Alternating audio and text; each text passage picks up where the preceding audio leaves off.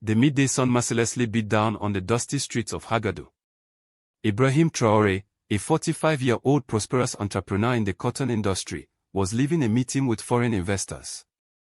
Dressed in an impeccable suit despite the sweltering heat, he decided to walk a bit before returning to his air-conditioned office. The streets of the commercial district teemed with life. Street vendors offered fresh mangoes, colorful fabrics, and all sorts of goods. The noise of motorcycles and horns formed the familiar symphony of the Burkinabe capital. Ibrahim stopped to buy fresh water from a vendor. That's when he saw her. Sitting in the shade of a kite tree, a middle-aged woman sold packets of peanuts carefully arranged on a small cloth spread before her. Despite her worn clothes and tired appearance, her smile lit up her face. That smile, Ibrahim recognized it immediately. A memory buried for over 30 years resurfaced. That smile belonged to Aya Wedrogo, his first love, the one who had made his adolescent heart beat. Aisha, he murmured, incredulous. The woman looked up, squinting to shield her eyes from the sun. Her expression went from confusion to astonishment. Ibrahim Traoré. Her voice trembled slightly. He approached slowly, as if afraid she might disappear like a mirage. It's really you, Aisha, I can't believe it. She stood up hurriedly, adjusting her colorful wrap, visibly embarrassed by her current situation in front of this man in a suit. Life is full of surprises, she said with a nervous little laugh. You look prosperous. Ibrahim observed the features of the woman who had once been the most beautiful girl in Zignari, their native village. Her face now bore the marks of time and hardship, but her eyes retained that sparkle he had loved so much. How are you, Aisha? What happened? I lost track of you after your family moved. Aisha shrugged, a gesture that seemed to minimize years of hardship. Life hasn't been kind, but I survive. I sell my peanuts. My children help when they can. The silence heavy with emotion settled between them. 30 years had passed, but Ibrahim still felt that connection as if a part of him had always waited for this moment. Do you have some time? We could have some tea, he suggested. Aisha glanced at her peanuts, seemingly mentally calculating the potential loss if she abandoned her business for a few hours. Please, Ibrahim insisted, to make up for lost time. Her smile returned, more sincere this time. Okay, let me just pack all this up. Ibrahim helped her gather her things. They walked to a nearby small marquee, one of those typical restaurants where you could enjoy local food in a relaxed atmosphere. Under the fan that stirred the hot air, they began to feel the decades of silence. Aisha told him how her family had left their village for Bobo Dioulasso after the 1990 drought, how she had been married young to a man who abandoned her after the birth of their third child, how she had struggled alone to raise her children, juggling odd jobs. And you? I see you've made it, she said, pointing to his watch and suit. Ibrahim told her about his agronomy studies, his first cereal processing business, then his expansion into the cotton sector. He mentioned his marriage to Fatima, his 4 children of whom he was proud, his big house in the Wagga 2000 district. But he omitted to mention the void he sometimes felt despite this material success. He said nothing of the nights when he thought back to his youth, to the simplicity of the love he had known with Aisha. Where do you live now? He finally asked. Aisha looked away. In Sector 17, near the big market. It's not a place you frequent. Ibrahim understood, one of the most disadvantaged neighborhoods in the capital. And your children? Musa is 25.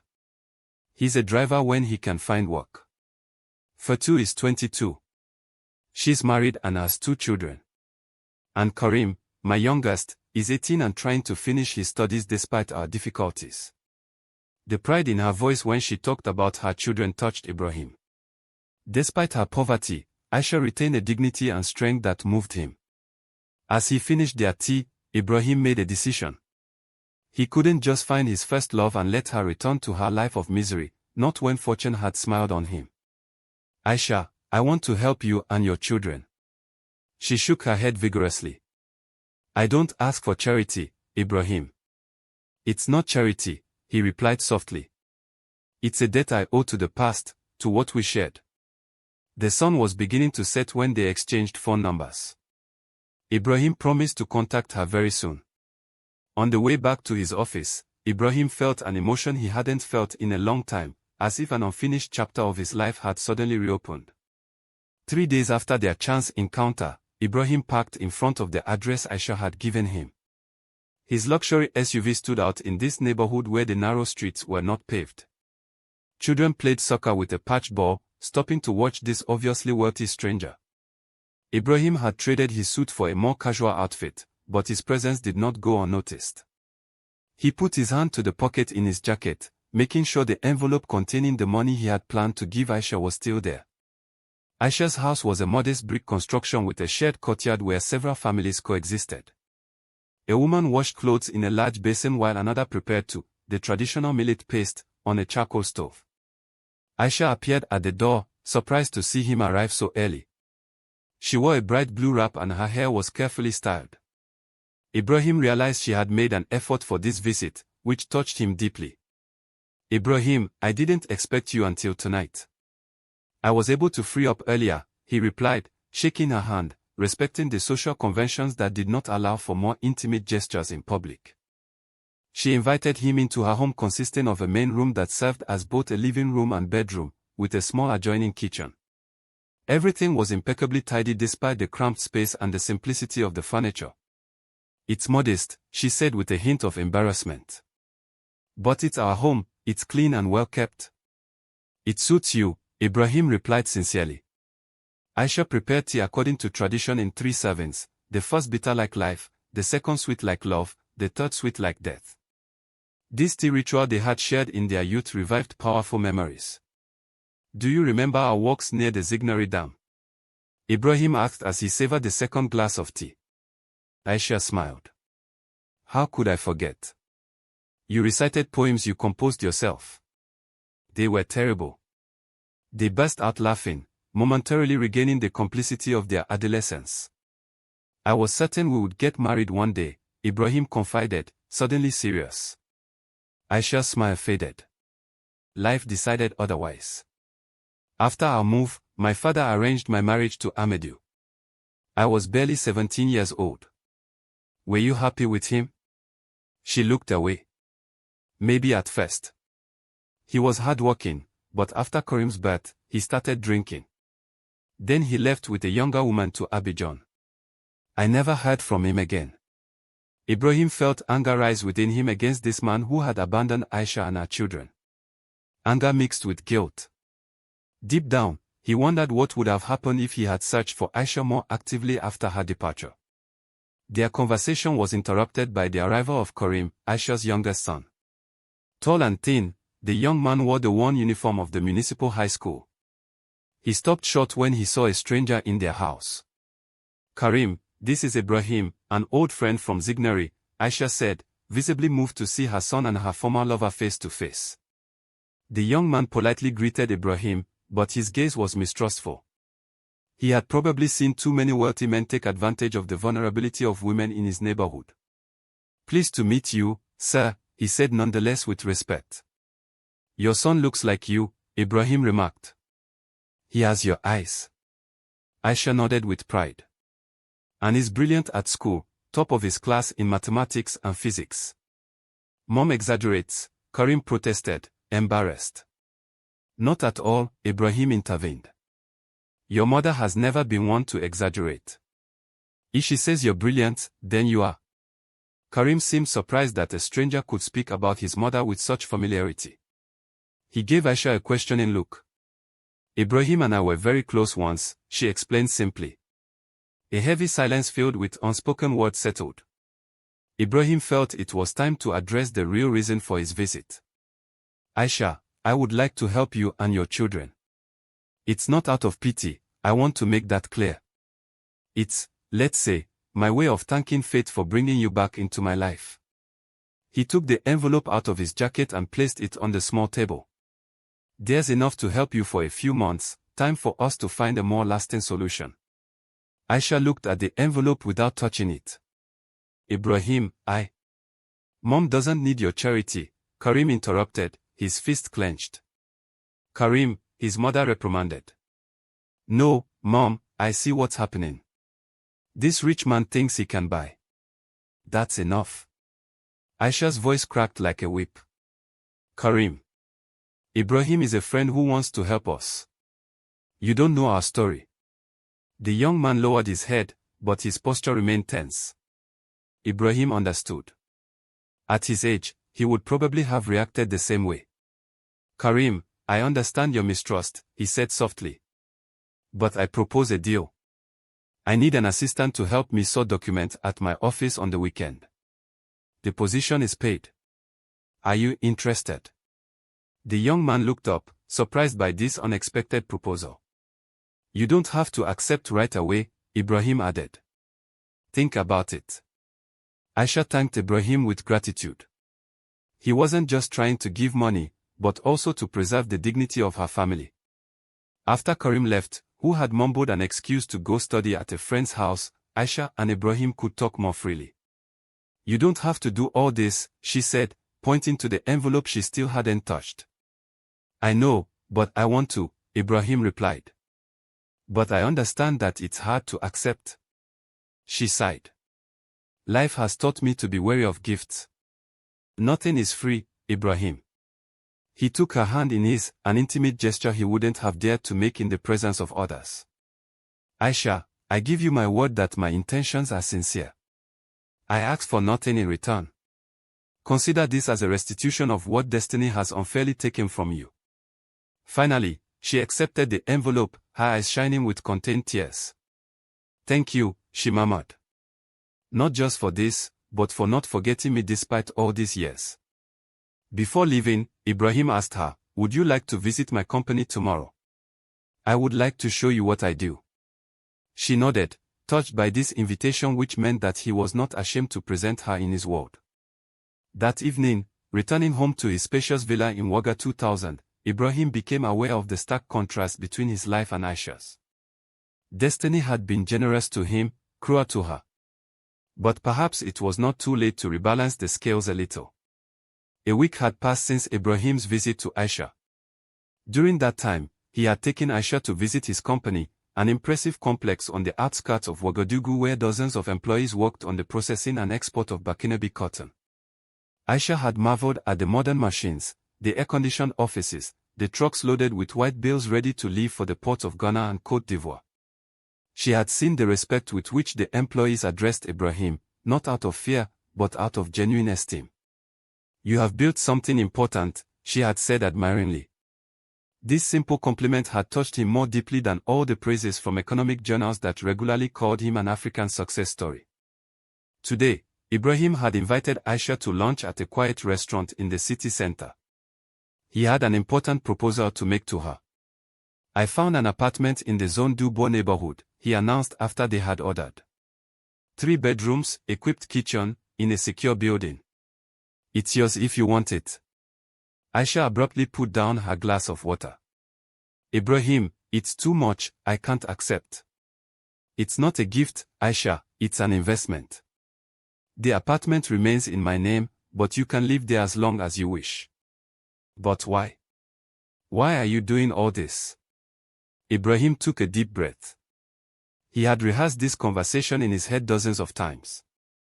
When I was lost 30 years ago, a part of me died. I succeeded professionally, I started a family, but there has always been this void, this unanswered question. What became of Aisha? Finding you is like destiny giving me a second chance. Not to relive the past, but to right a wrong. What wrong? You didn't do anything wrong. The wrong of life that has been so generous to me and so hard on you. He hesitated before adding, and then there's Karim. That boy deserves a chance to succeed, to fully exploit his potential. Aisha's face lit up at the mention of her son. Oh, he told you about the job you offered him. Ibrahim smiled. Yes, he started last Saturday. He is meticulous and learns quickly. My accountant is impressed. He came home different that night, more confident. They ate in silence for a moment. Then Aisha asked, and your wife, Fatima, what does she think of all this? The question Ibrahim dreaded. He put down his fork. I told her about you, our story, our recent meeting, and she is understanding, worried too, naturally, but she trusts me. What Ibrahim didn't say were the long nighttime discussions with Fatima, her tears, her questions. It wasn't simple, but their marriage was based on solid foundations of mutual respect. I would like to meet her, Aisha suddenly said. If I am to accept your help, I want to look her in the eye and tell her that my intentions are honorable. Ibrahim was touched by this request, which perfectly reflected Aisha's integrity. I will convey your request. I'm sure she will accept. The conversation drifted towards Musa and Fotu, Aisha's two eldest children. Musa had problems with his employer who didn't pay him regularly. Fotu, on the other hand, lived with her husband in a village 50 kilometers from Ouagadougou and had just had her second child. I would like to do something for them too, Ibrahim proposed. Aisha shook her head. Musa is as proud as his grandfather. He won't easily accept help from a stranger. As for Fatou, her husband is a good but traditional man. He might misinterpret your gesture. Ibrahim understood. Family relationships in Burkina Faso were complex, governed by codes of honor and pride that had to be respected. What would you say if I offered Musa a position as a delivery driver in my company? With a proper contract, a decent salary, health insurance, it would be based on his merits, not charity. Aisha thought for a moment. That could work, but he would have to go through an interview like any other candidate and not know that you are behind this offer, at least at the beginning. Consider it done. I will talk to my logistics manager this afternoon. The meal was coming to an end when Ibrahim took a key from his pocket and placed it in front of Aisha. The apartment is ready. You can move in whenever you want. Aisha looked at the key as if she feared it would disappear if she reached out. I don't know what to say, Ibrahim. Just say that you accept it for yourself, for Karim, for your future. Finally, she took the key, her fingers trembling. Thank you, she murmured. I don't know if I could ever repay you for what you are doing for us. Ibrahim smiled. You have already repaid me, Aisha, by allowing me to find you again. 3 days later, Aisha and Karim moved into their new apartment. The Zone du Bois was a quiet residential neighborhood, mainly inhabited by the Burkinabe middle class, civil servants, teachers, prosperous merchants. The apartment, located on the second floor of a recent building, was simple but comfortable. The freshly painted walls, the new furniture, the flat-screen TV, everything seemed unreal to Aisha, who had lived in precarity for so long. Karim did not hide his wonder at his own room equipped with a desk for studying and a bookshelf filled with school textbooks. It's like a dream, he said to his mother as he settled on the small balcony overlooking a tree-lined courtyard. Aisha smiled, but her gaze was thoughtful. Dreams end when you wake up, my son. This is real, but temporary. Never forget where we come from and stay humble. The young man nodded, understanding the wisdom in his mother's words. Later that night, as Karim slept, Aisha stayed awake for a long time, contemplating the city lights from her balcony. She thought of Ibrahim, their past, this unexpected present. She wondered if she shouldn't have refused his help, if she wasn't embarking on a dangerous path for her heart. Because despite the years, despite the wrinkles and hardships, she felt feelings within her that she thought had been dead for a long time, feelings she had no right to feel for a married man, a family man. Allah, guide me, she murmured into the starry night of Ouagadougou. 2 months had passed since Aisha and Karim moved into their new apartment. Life had taken on a different, more stable, more serene rhythm. Karim was brilliantly continuing his studies while still working on weekends at Ibrahim's office. Musa had gotten his job as a delivery driver and, still unaware of Ibrahim's role in this hiring, he showed enthusiasm and professionalism that impressed his superiors. As for Aisha, she had used part of the money given by Ibrahim to start a small business of cooked dishes that she delivered to offices in the city center. Her cooking, renowned for its flavor and quality, had quickly attracted a loyal clientele.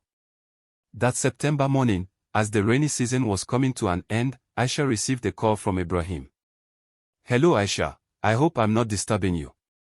Not at all. I was preparing orders for noon. I'm calling to invite you.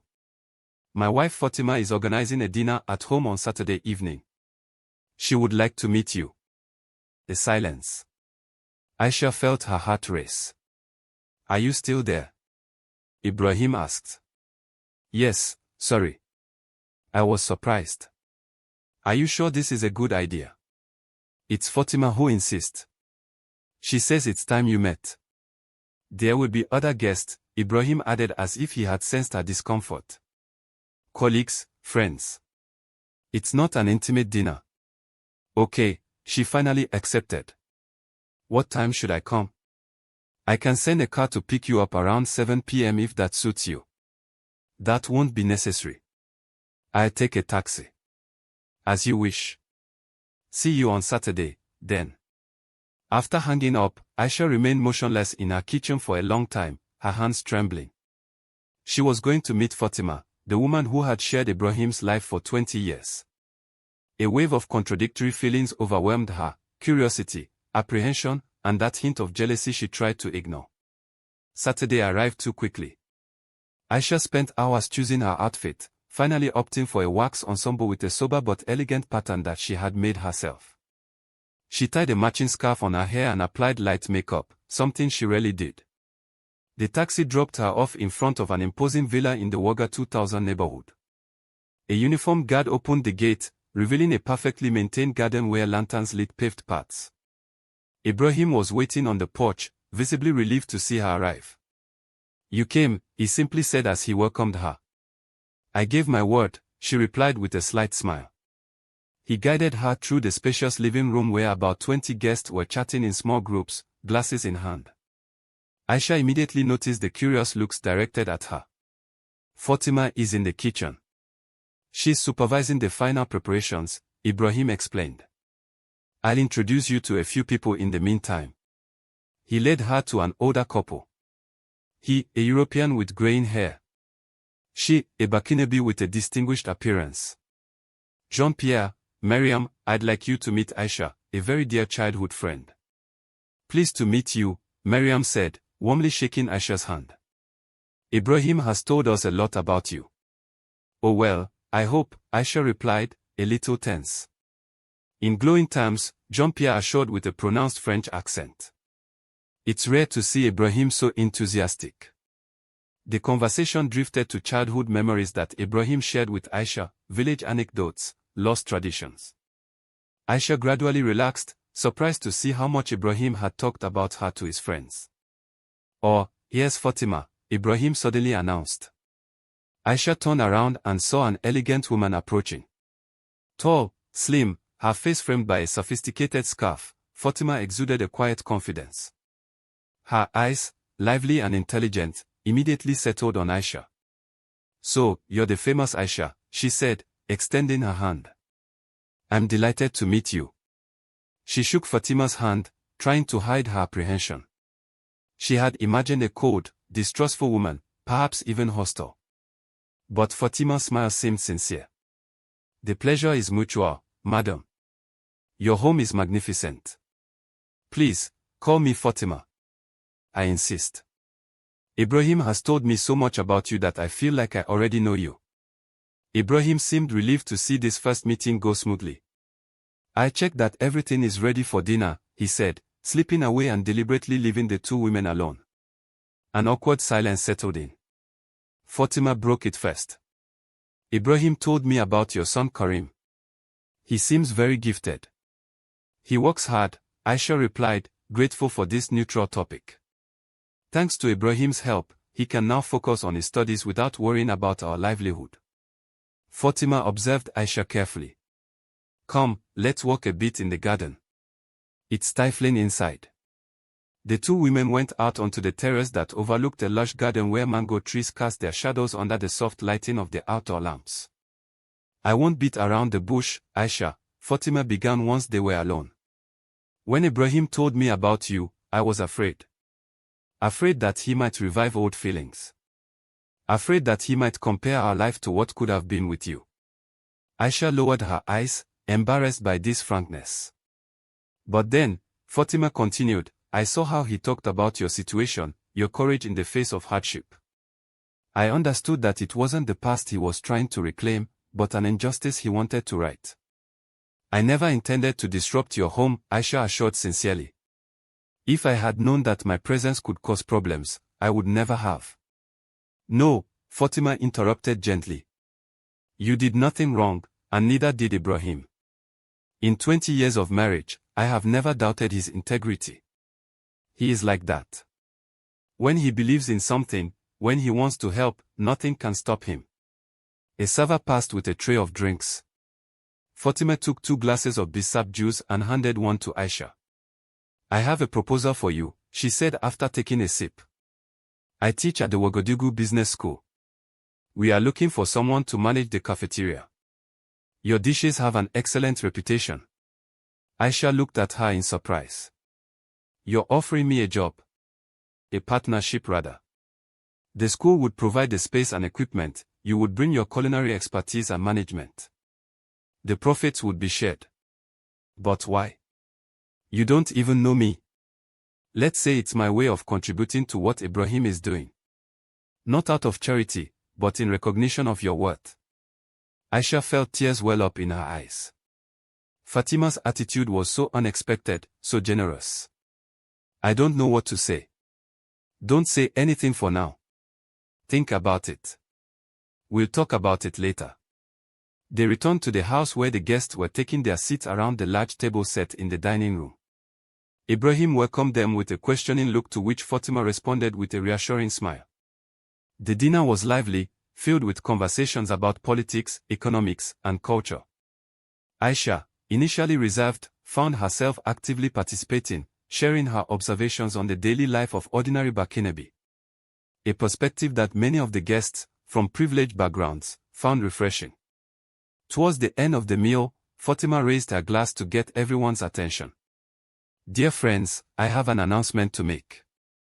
As some of you already know, my husband and I have created a foundation to help disadvantaged children pursue their studies. Tonight, I am pleased to announce that Madam Aisha Ouedraogo has accepted to become our advisor for this project. Aisha looked at Fatima in astonishment. She had never discussed this. Ibrahim seemed just as surprised. No one knows better than her the challenges her children face, Fatima continued. Her perspective will be invaluable in helping us target our efforts effectively. Applause rang out in the room. Aisha, confused, sought Ibrahim's gaze, who gave her an encouraging smile. Later in the evening, as the guests began to leave, Aisha found a moment to speak alone with Fatima. Why did you do that? The announcement, I mean, we hadn't discussed it. Fatima took Aisha's hands in hers. Because I saw how you spoke tonight, with that passion and authenticity. Our foundation needs someone like you who truly understands the needs of the families we want to help. But I have no experience in this field. You have lived what these families live. That's an experience more precious than all the diplomas. Aisha felt an intense emotion overwhelm her. In just a few hours, this woman she had feared meeting had become an ally, perhaps even a friend. I would do my best, she promised. I have no doubt about that, Fatima replied warmly. At the time of departure, Ibrahim insisted on accompanying Aisha. In the silent car that crossed the sleeping city, he finally spoke. So, what do you think of Fatima? Aisha smiled in the darkness. She is remarkable. You are lucky to have married her. I know, he replied simply. She offered me to manage the cafeteria at her school. Really? She hadn't mentioned it to me. And this foundation business, it was a surprise for you too. Ibrahim laughed softly. Fatima is like that, unpredictable, bold. They arrived in front of Aisha's building. Ibrahim turned off the engine but sat for a moment as if searching for his words. I wanted to thank you, he finally said, for coming tonight, for giving a chance to all this.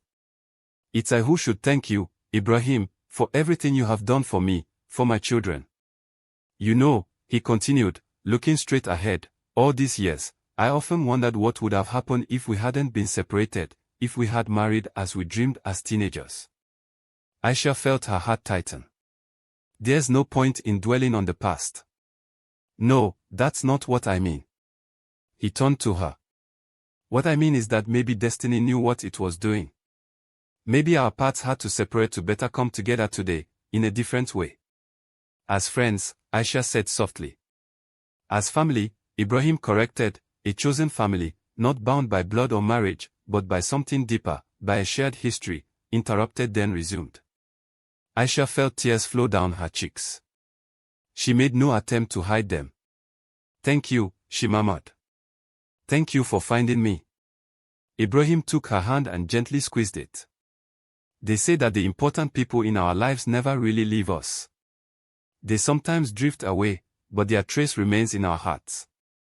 You never left mine, Aisha. She got out of the car, her heart strangely light despite the emotion. As she climbed the stairs to her apartment, she thought about everything that had happened since that chance encounter under the shade tree, about how much her life and that of her children had been transformed in the space of a few months. Karim was waiting for her, curious to know how the evening had gone. She told him everything: Fatima's kindness, the cafeteria proposal, the foundation idea. It's like we won the lottery without buying tickets, the young man said incredulously. Aisha shook her head. No, my son, it's much more precious than a lottery win. It's a second chance for all of us. That night, lying in her comfortable bed, Aisha Wedrogo contemplated the ceiling, thinking back on the journey since the day Ibrahim had recognized her, sitting in the dust selling peanuts. She smiled in the darkness. Life could be hard, unfair, even cruel.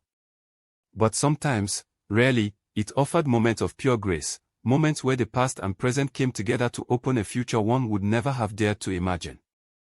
It was one of those moments that Aisha was living now, and she was determined to savor every second of it.